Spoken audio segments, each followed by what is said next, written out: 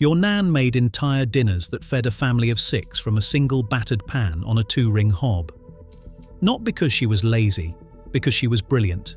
1 pan meant 1 washing up. 1 pan meant less fuel. 1 pan meant the flavours had nowhere to go but deeper. When beef dripping hit cold cast iron, when herrings in oatmeal turned gold at the edges, when sausages and lentils bubbled together into something that smelled like safety, that was 1 pan doing more work than most modern kitchens manage in a week. We bought ourselves out of that knowledge. We got a slow cooker, an air fryer, a pasta maker, a rice cooker, a dedicated breakfast sandwich press. 16 pieces of equipment, and we still order a takeaway on Thursday. These 25 vintage British comfort dinners need nothing but 1 pan and a pound of something cheap. They kept entire generations fed through rationing, depression, and hard winters. And here is the thing nobody tells you. Most of them taste better than anything you have bought this week. Let us count down. Number 25. Pan-fried dripping potatoes. Before oven chips. Before the microwave. Before Aunt Bessie promised convenience in a foil tray, British kitchens had the dripping pan and the patience to use it. Your nan would peel 4 or 5 large potatoes, slice them thick, and lower them into a wide frying pan already shimmering with a tablespoon of reserved beef dripping. Low heat. The lid on. 15 minutes each side. The bottom layer turned deep gold, almost lacquered, while the flesh above steamed itself soft. A pinch of salt.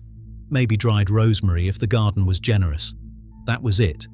In the early 1950s, a pound of potatoes cost around 2 pence. The dripping was free, saved from last Sunday's joint. The whole pan cost next to nothing and fed the family as a main course with bread on the side, or as a supper in themselves, eaten standing up over the stove when no one could wait any longer. You tasted the meat the pan remembered. You tasted the week's economy made delicious. Modern recipes call this pommes sarladaises and charge £16 in bistros. Your nan called it tea. Number 24. Kedgeree. Kedgeree crossed from India to Britain through the officer's mess and landed squarely on the post-war breakfast table, then stayed for lunch, dinner, and any meal that needed feeding without fuss. 1 pan. Smoked haddock, rice, hard-boiled eggs, butter, curry powder, and a splash of milk. Your grandmother would poach the haddock in the pan first, lift it out, flake it, and use that same milk-infused liquid to cook the rice. Everything happened in that one vessel. The flavours built on each other. By 1955, smoked haddock cost around 8 pence a pound. Rice was cheaper still. A dish for 4 cost under £1.50. The curry powder, warm and fragrant, cut through the richness of the yolk and the smoke of the fish. Children who claimed to hate fish ate Kedgeree without complaint, because the golden colour made it look festive and the egg made it feel substantial. It was a 1-pan trick that transformed cheap smoked fish into something that felt like a celebration. On cold Monday mornings, it was proof that the week might still be worth getting up for. Number 23. Bubble and squeak. Monday tea was never finer than when the frying pan came out and the Sunday leftovers went in. Bubble and squeak asked for nothing that was not already there. Cold mashed potato, leftover boiled cabbage or Brussels sprouts, sometimes a stray carrot, sometimes a parsnip. Mashed together into rough patties or pressed flat across the bottom of the pan in one great cake. Butter or dripping. Medium heat. Leave it alone. The rule of bubble and squeak is patience. Lift it too early and it falls apart. Wait for the crust, that deep brown, almost burnt bottom layer that sounds hollow when you tap it, and you had something miraculous from something that was going to be thrown away. Diaries from the 1950s record it simply. Monday bubble and squeak again. Nothing wasted. Ministry of Food pamphlets praised it as a model of post-war economy. But families did not make it because the government told them to. They made it because it was better than the original. The crispy edges, the savoury funk of the greens, the way the potato held everything together. 1 pan, nothing bought, everything used. Number 22. Corned beef hash. Up to 200,000 tonnes of Argentine tinned beef arrived on British docks each year in the early 1950s, filling the gap left by rationed meat. Housewives pried open blue-labeled tins and tipped the dense pink slabs into a hot pan alongside diced potato and onion. The corned beef would break apart and fry in its own fat, the edges crisping against the cast iron while the potato turned soft in the steam below. A tablespoon of Worcestershire sauce, a pinch of pepper. Some mothers cracked an egg over the top for the final few minutes, letting it set on the surface while the hash browned beneath. The whole thing fed 4 for under a shilling. Children wrinkled their noses at the metallic smell of the tin. Fathers ate without complaint because it filled the plate. Mothers knew that the tin in the cupboard was insurance against strikes, shortages, and the long Sundays when shops stayed shut. Corned beef hash was not glamorous, but it was honest. 1 pan, 1 tin, 20 minutes. The kind of meal that never let you down and never pretended to be more than it was. Number 21. Liver and onions. Speed was everything with liver. Every British grandmother knew it. A minute too long and the lamb's liver turned grey, grainy, bitter, the kind of mouthful children refused and dogs accepted. Done right, in a hot pan with a knob of dripping, it took 4 minutes and tasted of something ancient and deeply satisfying. Slices no thicker than a pound coin. The onions went in first, slow cooked until they turned amber and sweet, then pushed to the side. The liver went in fast.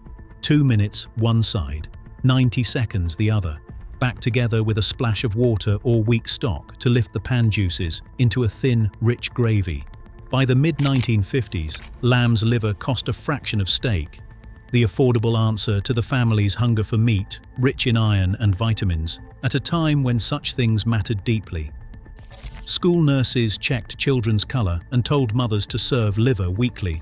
Mothers obliged, knowing the complaints would last 5 minutes and the clean plate would follow. 1 pan, cheap as any supper could be, and the smell of caramelised onions meant the whole street knew what was for tea. Pattern break. 1. Here is something the supermarkets never wanted you to work out. The 5 cheapest cuts in the 1950s, British butcher's shop, liver, heart, corned beef, tripe and oxtail, are now either boutique restaurant items or dismissed entirely as too unfamiliar to cook. Yet your grandmother made several of them in a single pan every week. No special equipment, no recipe books. Just knowledge passed at the kitchen counter.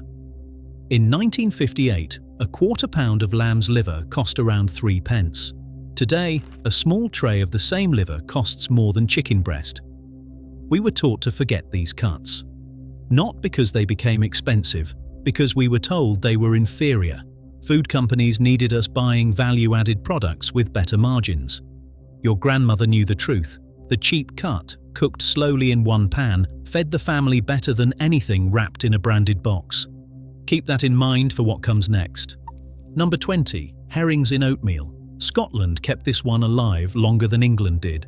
Fresh herrings, split and boned, pressed flat into a tray of medium oatmeal until both sides were coated in the rough, nutty grain, then lowered into a pan of hot dripping or bacon fat.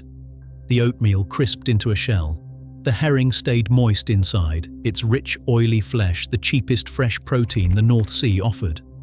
In the early 1950s, a pair of herrings cost about 3 pence from the fishmonger's slab. Oatmeal cost pennies from the grocer. The pan needed nothing else. Some families squeezed a lemon over. Most ate them as they came, with bread and butter and strong tea. Herring was the working man's fish before cod prices rose and chippy culture swallowed everything. Fishmongers along the northeast coast sold them from barrows on the street, the smell of salt and fresh fish announcing what was for tea before you reached the front door. The oatmeal coating is the genius. It absorbs the fish fat, crisps without burning, and gives a texture nothing in the modern freezer aisle can match. 1 pan, pennies, 5 minutes, proper. Number 19. Spam fritters. Spam arrived in Britain via American Lend-Lease during the Second World War, and it never really left. By the early 1950s, tins sat in almost every kitchen cupboard in the country, a fallback protein that needed no refrigeration and could be fried, sliced cold, or battered within moments. Spam fritters were the chip shop version made at home. thick slices dipped in a batter of flour, water, and a pinch of salt, then dropped into a pan of hot fat. The batter bloomed gold, the spam inside heated through, its salt and pork flavour concentrating against the neutral crunch of the coating. Served with chips or mash, they cost under £1 for 4 people and took 15 minutes. Children who claimed to dislike spam ate spam fritters without complaint, because the batter changed the conversation. It turned a tinned product into something that felt fried and celebratory. Mothers took note. The trick was always the presentation. The same cheap ingredient in a different form became a different meal. One pan, one tin, one clever transformation that stretched the food budget and emptied the plate. Number 18. Mince and tatties. Scotland's answer to everything was mince and tatties, and Scotland was right. Beef mince browned hard in a dry pan until the edges caught and darkened, then onions added to soften in the released fat, then a tablespoon of plain flour stirred through, then cold water or weak stock, a shake of Worcestershire sauce, salt, pepper, and 10 minutes of simmering until it thickened into a glossy, deeply savoury gravy. Served alongside mashed potatoes, fluffy, buttered, piled high. It was complete. One pan for the mince, one pot for the tatties if you were feeling proper about it. One pan total if you mashed the potato right in alongside, which plenty of mothers did without apology. By 1960, beef mince was among the most affordable meats at the butcher's counter, and a pound of it fed a family of 5. The dish appeared on tables from Glasgow tenements to Highland crofts, a weeknight staple so dependable it barely needed a recipe. Children mashed potato into the gravy with the backs of their forks and ate every last trace. No one went hungry. Nothing was wasted. It cost almost nothing and tasted like everything. Number 17. Panhagerty.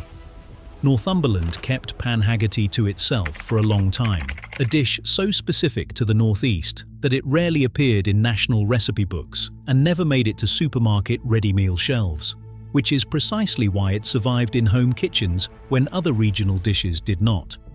A heavy iron pan, butter, thin sliced potatoes layered with thin sliced onions and crumbled Lancashire or cheddar cheese, pressed flat, covered, and cooked slow on the hob until the bottom turned golden and the cheese melted through every layer. Flipped once, that tense, practiced flip that separated the confident cook from the anxious one, to brown the other side. The smell of butter and caramelizing potato filled stone cottages from the inside out. By the mid-1950s, the ingredients cost under 6pence for a generous serving for 4. Farmhands ate it as supper after long shifts. Wives served it with pickled onions and cold cuts. Children ate it with ketchup, which their mothers pretended not to see. One pan, 6pence. A dish as old as the dry stone walls and just as solid. Pattern break 2. Notice something about everything on this list so far. Not one of them requires a timer. Not one of them needs a probe thermometer or a digital scale. Your grandmother cooked by sound and smell. She heard the bubble change when the mince was ready. She smelled the edge of burning before it happened. She pressed the potato with her thumb and knew. We were sold equipment to replace that knowledge. Cookbook publishers needed new editions. Kitchen brands needed new lines. The one-pan dinner was the enemy of all that. It needed only a pan, a modest flame, a nose, and a memory. The poorest kitchens in post-war Britain produced some of the most instinctively correct cooking this country has ever seen. Because when you cannot afford to waste anything, you learn to pay attention. Every entry from here needs nothing you do not already own. Number 16. Pea and ham soup. Every ham bone had one more meal in it. Your grandmother knew this the way she knew the milk was turning before the sniff test confirmed it. The bone went into the largest pan she owned, covered with cold water, brought slowly to a boil.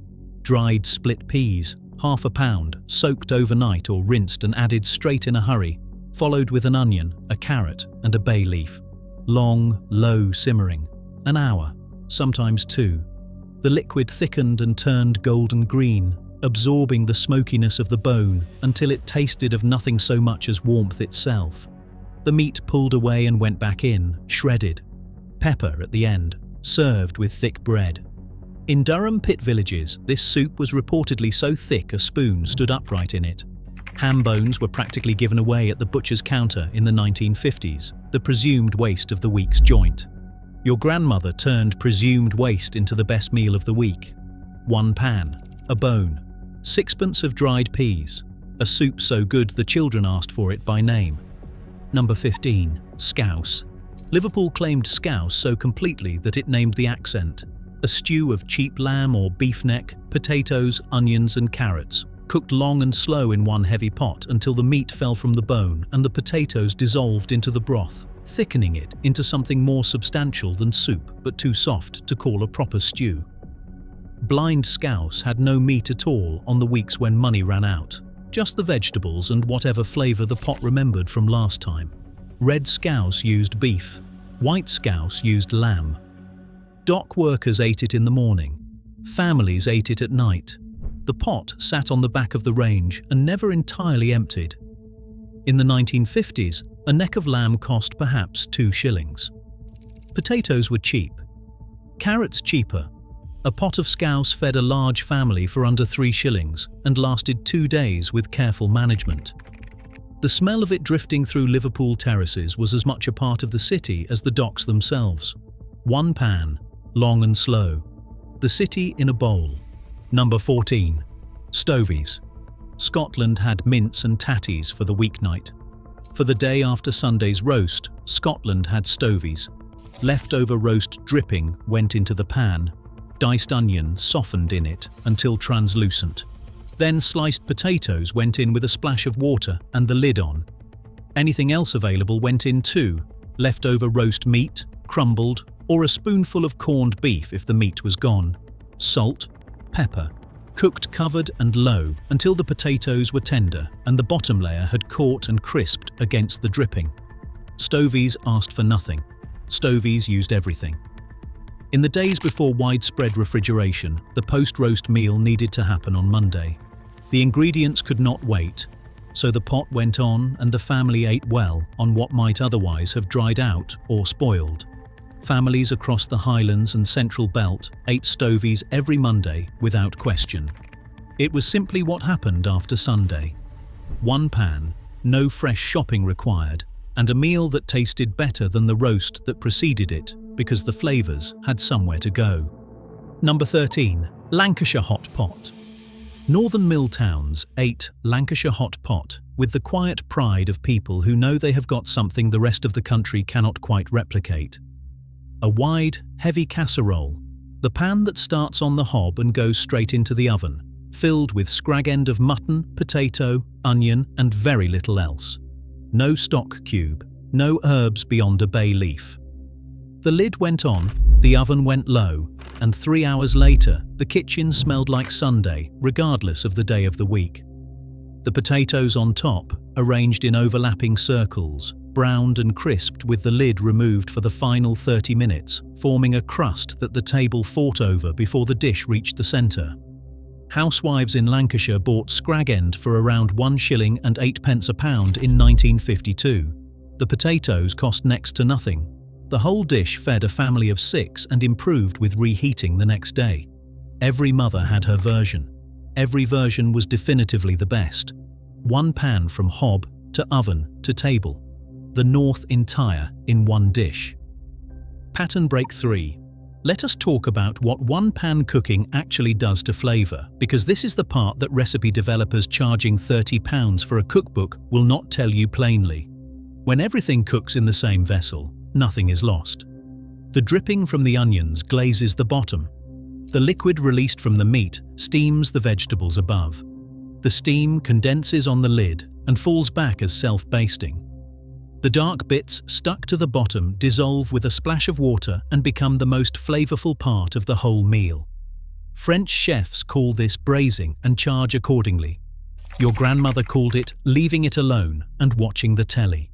The fewer pans, the more the flavours concentrate. The more they concentrate, the richer the result. Every expensive restaurant trick for building depth in a dish has its equivalent in the 1 pan post-war British kitchen. They just did not name it. They served it on a Wednesday and called it getting through the week. Number 12. Faggots in onion gravy. The Black Country made faggots its own, and the Black Country was right. Pig's liver, heart, and belly mixed with onion, sage, and breadcrumbs, shaped into rough balls and wrapped in cawl fat, baked or simmered in a wide pan of thick onion gravy until the outside darkened and the inside steamed through tender and rich. Faggot shops steamed their windows on cold afternoons, the smell of sage and pork fat announcing them before you turned the corner. In the late 1950s, a portion of faggots and gravy cost under a shilling. They were the kind of meal you ate standing at the counter when you could not wait to get home. Served in a wide, shallow pan, brought straight to the table, ladled over mash, with the onion gravy making sure every last piece of potato was covered. Shrink-wrapped supermarket versions arrived in the 1980s and missed the point entirely. The texture was wrong. The sage was wrong. The gravy was wrong. Real faggots needed the butcher's knowledge, fresh offal, and a pan big enough. One pan. The Midlands in a mouthful. Number 11. Tripe and onions. In 1952, tripe accounted for 15% of all meat eaten in Lancashire and Yorkshire mill towns. Over 300 tripe shops operated in Greater Manchester alone. The pale, honeycombed slabs of cow stomach were boiled long and slow in milk with white onions until tender, the liquid thickening slightly around the meat. Salt, white pepper, served in deep bowls with thick bread to soak up the milky onion liquor. Children wrinkled their noses at the smell. Mothers persevered because it cost next to nothing and gave real protein. Fathers ate it without comment because the alternative was going without. By the 1980s, those 300 shops had dwindled to a handful, driven out by supermarkets that could not package the product or sanitize the reputation. What was once the taste of honest northern thrift became the punchline of a joke. But cooked properly, tripe and onions is extraordinary. Silky, savory, deeply comforting in the way that only very simple, very honest food can be. One pan, milk, onions. The most unfashionable meal on this list, and in the right hands, one of the best. Number 10. Sausage and lentil stew. Cheap sausages and dried red lentils were one of the most reliable combinations in the post-war British kitchen, and almost nobody remembers them together now. Brown the sausages in the pan. Slice them. Back in with diced onion, a carrot, half a pound of dried red lentils, water or weak stock, a bay leaf, and salt. Lid on. 20 minutes simmering and the lentils have dissolved into a thick, pulse-rich gravy that clings to the sausage slices and makes the whole pan smell like something has been cooking for hours. In the early 1950s, dried red lentils cost around 2p a pound. A pound of economy sausages was under a shilling. The whole pan fed 5 people generously for under 1 shilling and 3p. Lentils thicken any liquid they touch, turning a thin broth into a stew without flour or roux or fuss. Your grandmother knew this without reading it anywhere. She picked up the packet because it was cheap and discovered that it worked. One pan, long shelf life ingredients, a meal that felt slow cooked in under half an hour. Number 9. Pilchard and potato hash. Tinned pilchards in tomato sauce were the least fashionable item in the British larder by the 1970s, which was a shame because combined with diced potato and onion in a hot frying pan, they made one of the most satisfying budget suppers anyone had ever quietly eaten. Dice the potato small. Fry in oil or dripping until just tender. Add onion. Fry until soft. Tip in the pilchards, tomato sauce and all. Crush them lightly into the potato mixture. Season. Fry until everything has caught at the edges and the tomato sauce has caramelized dark and sweet against the pan.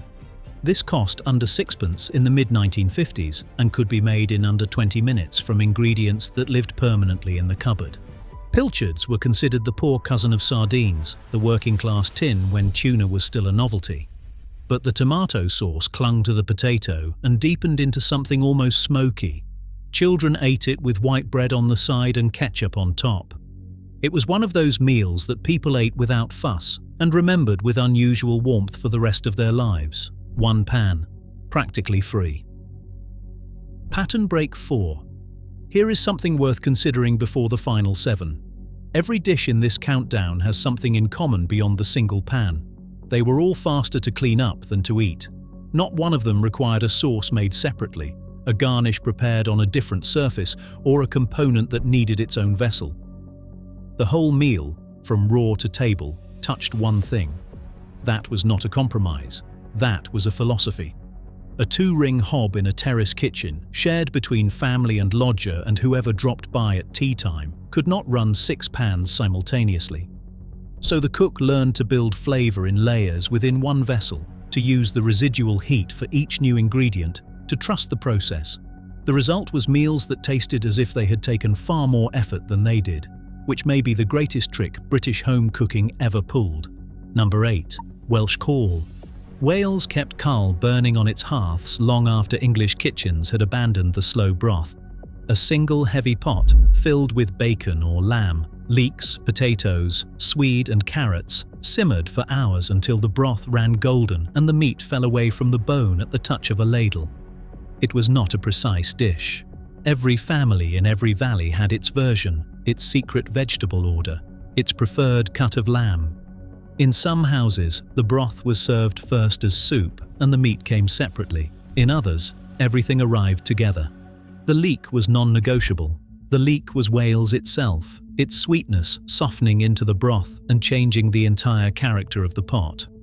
Oral histories from the mining valleys of South Wales recall cawl sitting on the back ring all day, the pot topped up and rarely emptied, each day the flavour deepening. By 1955, a batch of cawl cost under 2 shillings and fed 6. 1 pan. Hours of patience, the taste of a nation that understood what a pot could do. Number 7. Oxtail and barley broth. Oxtail was practically given away at the butcher's counter in the 1950s. Bony, gelatinous, requiring hours of work, nobody but grandmothers, and those who had learned from them seemed to know what to do with it. Brown the oxtail segments in a little fat in a wide, heavy pan until dark on all sides. Remove them. Soften onion, celery and carrot in the same fat. Return the oxtail, cover with cold water. Add a handful of pearl barley, a bay leaf, a sprig of thyme if available. Bring to a boil, then simmer for 2.5 hours until the meat is falling from the bone and the barley has swelled and absorbed the gelatinous broth into something thick enough to stand a spoon in. Fish out the bones. Return any meat. Eat with bread. The barley was the genius. It cost almost nothing, needed no preparation beyond rinsing, and transformed a thin broth into something sustaining and extraordinary. Oxtail has returned as a restaurant delicacy in recent years, chefs charging £20 for what your grandmother made in 1 pan for 3 shillings. 1 pan, long and slow, the best cheap meal on this list. Number 6. Egg and chips. Do not let anyone tell you egg and chips is not a proper dinner.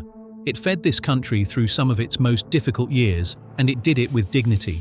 The chip pan went on first, one deep pan of lard or vegetable oil, brought up to temperature slowly while the potatoes were peeled and cut into thick fingers. The chips went in, cooked until just tender, lifted, and left to rest on folded newspaper while the oil came back up to heat. Back in for 2 minutes to crisp and gold. Meanwhile, the same pan, or a small pan beside it if you had one, took a knob of dripping and fried 2 eggs, the fat spooned over the yolks to set them cloudy white. Salt on everything, vinegar on the chips, ketchup on the egg if the children were watching. By the mid-1950s, this meal cost around 4p per person. It was on the table in under 30 minutes.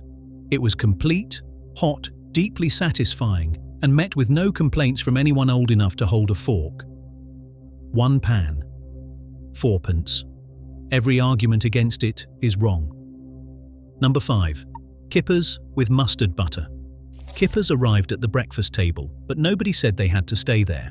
A wide flat pan, a small knob of butter, 2 kippers placed skin side down, no more than 4 minutes over medium heat, the flesh curing further in the pan's warmth without drying. A second knob of butter mixed with a teaspoon of English mustard spread over the flesh the moment they came out of the pan, melting into the fish as it rested, served with thick brown bread. This was a supper that cost under a shilling in the early 1950s. Kippers were smoked herrings, abundant from Scottish and East Anglian smokeries, their strong flavour a conversation stopper in the best possible sense. The mustard butter was the grandmother's elevation, the thing that took a simple pan-fried fish and gave it something unexpected. Not every house did it. The ones that did were the ones where supper felt like more than survival. One pan, 5 minutes. A meal with genuine character at a price that asked nothing of the budget and everything of the attention. Number 4. Black pudding hash. Blood sausage and potato in one pan is the north of England's most honest meal, and it is still one of the most satisfying things a single pan can produce. Slice the black pudding thick, no thinner than a pound coin, thicker if you want it to hold together. Dice the potato small, fry in dripping until it begins to colour. Add sliced onion, fry until both are nearly tender. Add the black pudding slices. Press them gently into the potato mixture and leave them alone for 2 minutes until the underside crisps and darkens. Turn. Another 2 minutes. Season. Some cooks add a fried egg on top. Some add a splash of Henderson's or Worcestershire sauce. All of them are right. By 1955, fresh black pudding from the butcher cost around 4p for a generous piece. Potato cost nothing worth counting. The dish fed 2 substantial appetites or 4 smaller ones for under 6p. Lancashire and Yorkshire butchers kept their recipes closely guarded, each blend of blood, fat and oatmeal distinctive. The supermarket version in a shrink-wrapped ring misses everything that matters. One pan. Pennies. The proper north. Number 3. Bacon and butter bean stew. A piece of streaky bacon, the cheapest, fattiest kind, nothing premium, cut into lardons and fried in a wide pan without added fat until the edges crisped and the base turned amber with rendered pork. Onion added next, softened in that fat. A tin of butter beans, drained. A tin of chopped tomatoes. A bay leaf, salt, a pinch of sugar, and 10 minutes of simmering until the beans had absorbed the tomato and bacon flavour and the sauce had thickened into something that required bread to address properly. That bread was essential. That bread completed the meal. Tinned butter beans cost around 4p in the early 1950s. Streaky bacon was among the cheaper cuts the butcher offered. The whole pan fed a family of 4 for under 1 shilling and 6p. It was the kind of stew that children ate without realising they were eating beans, because the bacon had done enough to distract them. Mothers made it on Fridays when the budget needed managing. It kept for 2 days. It improved on the second. One pan. A meal that still works today. Number 2. Fish cakes. Leftover mashed potato and any fish the kitchen had. Smoked haddock from Kedgeree's second day. Pilchard from a tin. Cod that did not quite get finished. Combined in a bowl, shaped into flat rounds, dredged in plain flour, and fried in butter or dripping until deep gold on both sides. This was the recycled meal par excellence. Nothing new bought. Everything already in the kitchen given a second form that tasted better than the first. By the 1950s, fish cakes appeared on tables across Britain wherever fish and potatoes came together, from Scottish coastal towns to London terrace kitchens, each version slightly different depending on what the larder provided. The flour crust crisped and held. The filling stayed moist, the fish flavour concentrated by the frying, the potato binding everything into a satisfying handheld cake that children ate with ketchup and parents ate with a fried egg alongside. One pan. Nothing bought specifically. The cooking equivalent of making something from nothing, which is perhaps the highest skill the post-war British kitchen possessed. Fish cakes did not require a recipe, they required the instinct to not throw things away. Number 1. The one-pan full British.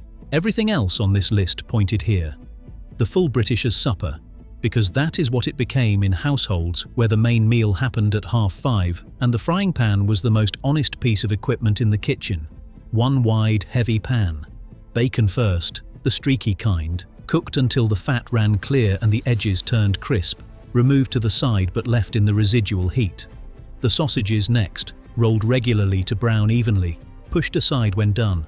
A slice of black pudding, 2 minutes aside.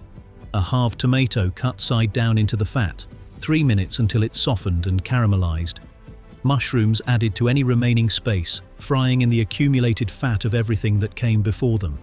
The eggs last, the pan tilted so the fat pooled deep enough to baste the yolk.